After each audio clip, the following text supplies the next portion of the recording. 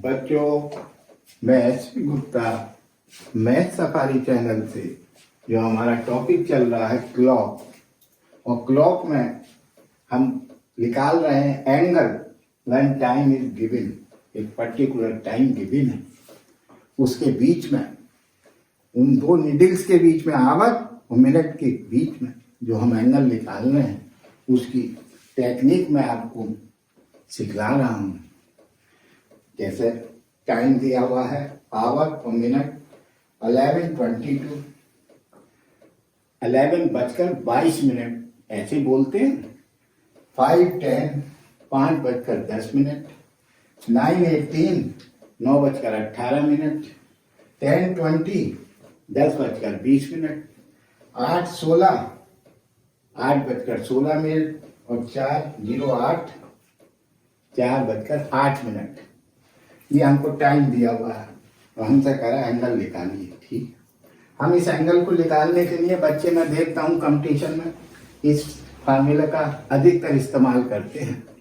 वैसे इसके अलावा दो फार्मूले और भी हैं, लेकिन ये ज़रा इजी देखने में, समझने में, याद करने में। चलिए, तो इसको याद करके बच्चे निकालते हैं, लेकिन इसमें निकालने में कुछ तो टाइम लगता ही है। और यहाँ पर जो हमारी टेक्निक है वो केवल 2 डिजिट की मल्टीप्लाई है।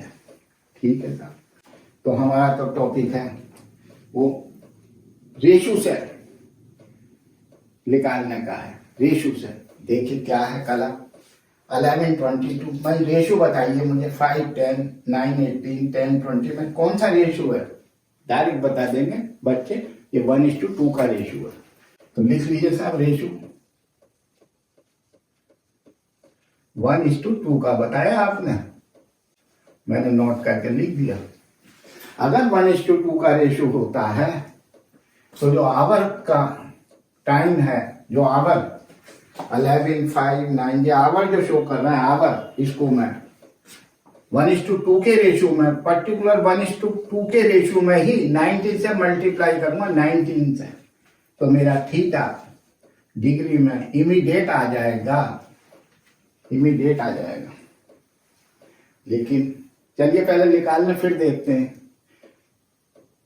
तो 19 से मल्टीप्लाई करके चलिए निकालते हैं पहले। तो निकालिए साहब, 11 की 19 से मल्टीप्लाई, 19 की 11 से करेंगे तो उसका नियम है, टॉपिक है, 1 लिखिए 9 लिखिए, इन दोनों को जोड़ दीजिए 9। ये मल्टीप्लाई करने की टेक्निक है 11 की किसी भी डिजिट से। चलिए साहब 5 पर टेबल आ देंगे 9 भाई 19 9 जा 171, 10 190, उसके आगे लिखिए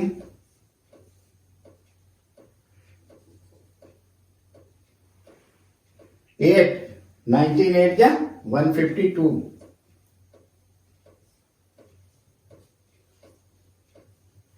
और 19 4 जा 76। अगर ये टेबल आती है तो आपने 2 डिजिट करके तो निकाले, सारे आंसर डाले। मैं तो आपको समझा रहा हूँ, नहीं तो टेबल तो एकदम होती है 19.5 या 95 ऐसी होती है ना।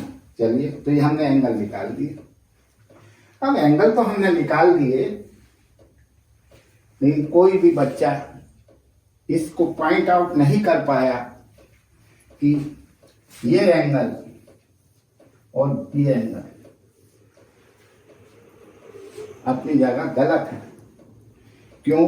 क्योंकि ईच एंड एवरी एंगल जो घड़ी के अंदर एंगल बनते हैं वो या तो 180 होगा या 180 से छोटा होगा। तो थीटा की वैल्यू, जो थीटा की वैल्यू आएगी, कहाँ लिखूं मैं? यहां लिख देता हूं। थीटा की वैल्यू जो आती है वो थीटा की वैल्यू या तो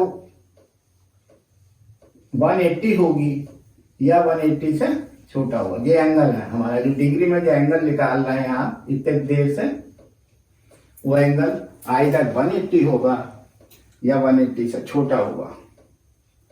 घड़ी कभी भी 180 से बड़ा एंगल नहीं बनाती है दो निडल के बीच में, हमेशा 180 या 180 से छोटा ही होगा। तो ठीक है साहब, तो हम क्या करें फिर इसे, ये तो गलत हो गया 180। हाँ, तो इसे 360 से सब्ट्रैक्ट करना पड़ेगा आपको। 360 माइनस 209 आप लिखिए, और 151 डिग्री का एंगल आएगा, यानी इसे हटा दीजिए और यहां लिखिए 151। सिमिलरली एक 190 भी गलत है, ये मोर देन 180 है, तो इसे भी 360 से घटा दीजिए 190, तो ये 170।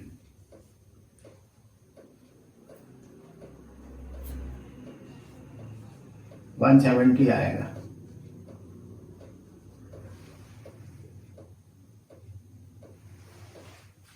तो इसे भी मैं 170 लिखूंगा।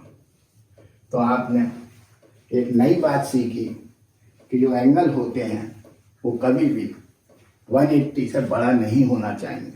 हाँ, 180 हो सकता है, आपने पढ़ा भी होगा, अगर क्लॉक को जिस बच्चों ने पढ़ी है अच्छी तरह, तो 180 का एंगल बनते हैं। ठीक है, जब वो टॉपिक पढ़ाएंगे तो आपके समझ में और अच्छी तरह आएगा।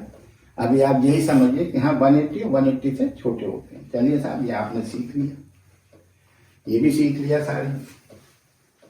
अब आप देखिए एक एंगल निकाल कर दिखाते हैं। अगर हम इस 1122 को ही निकाल कर दिखला रहे हैं, उस फार्मूला रखेंगे तो 209 ही आएगा, लेकिन हम 209 नहीं दिखाएंगे, उसे करेंगे। तो देखिए, तो हम निकालते हैं 1122 का, यानी ये मिनट है और ये आवर है।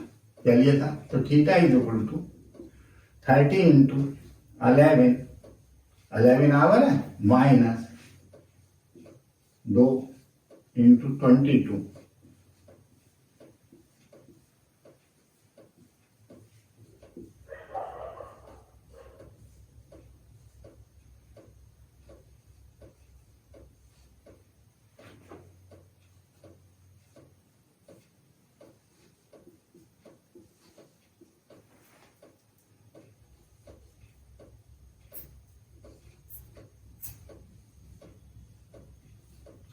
लेकिन यहाँ भी थीटा की वैल्यू 209 आई, फार्मूले से भी निकालेंगे तो 209 आएगी, लेकिन 209 is not the correct angle. Correct angle क्या है? वही 360। फिर भी मैं दिखा रहा हूँ निकाल के 360। हाँ, मुझे तो पता है 360 से घटाएंगे तो क्या आएगा, लेकिन आपको समझाने के लिए मैं फिर लिख रहा हूँ 209। तो चलिए साहब, क्या आएगा, इसे घटा दीजिए, तो एक 9 और 1 10, 1 और 5 6, 2 और 1 3, ये आया। थीटा हमारा ये आया, करेक्ट वैल्यू ये आई जो मैंने यहाँ निकाली थी। तो आपने एक बात नई सीखी कि थीटा की वैल्यू हमेशा 180 या 180 से छोटी होगी, लेस देन 180 या 180 भी हो सकती है। ठीक है, निकल जाएंगे सवाल, समझ में आ गई, सही बात समझ में आ गई सारी। समझ लीजिए, अगर 1:2 का रेशियो है टाइम में, आवर और मिनट की सुइयों में, ये जो दिया है इसमें अगर 1:2 का रेशियो है, तो हम आवर को 19 से मल्टीप्लाई करते हैं। हमने जितने भी रेशियो निकाले हैं आवर्स को ही इस्तेमाल करा है, मिनट को बिल्कुल भी किसी भी क्वेश्चन में नहीं करा। मैं कर सकता हूँ, मिनट को भी इस्तेमाल कर सकता हूँ, लेकिन कोई रेशियो में मिनट से निकालूं और कोई रेशियो में आवर से निकालूं तो आपके दिमाग में कंफ्यूजन रहेगा। मैंने जितने भी रेशियो निकालूंगा मैं 1:1 का, 1:2 का, 1:3 का, 1:4 का से लेकर 1:10 तक मैं आवर को ही इस्तेमाल करूंगा। तो बच्चों, आपने सीखा, आपने कोई नई टेक्निक भी इसमें सीखी, और ये भी सीखा कि जो क्लॉक बनाती है वो 180 या 180 से छोटा ही एंगल होता है। ये आप कभी घर की वॉच को देखकर ऑब्जर्व करिएगा कि ये बात सही है या नहीं। 100% सही है ये बात। ठीक है, अगर आपकी समझ में आया, ये टॉपिक आपकी समझ में अच्छी तरह लगा, तो आप अवश्य ही हमारे टॉपिक को लाइक करिए और सब्सक्राइब करिए। और अंत में एक बात और कह दूं कि आप पूरा वीडियो जरूर देखिए। अगर आप पूरा वीडियो नहीं देखेंगे तो बहुत सी चीजें आपको समझ में नहीं आएंगी जो मैंने अंत में बोली। इसलिए आप ईच एंड एवरी वीडियो देखिए और पूरे के पूरा देखा करें। ठीक है, समझ में आ रहा है?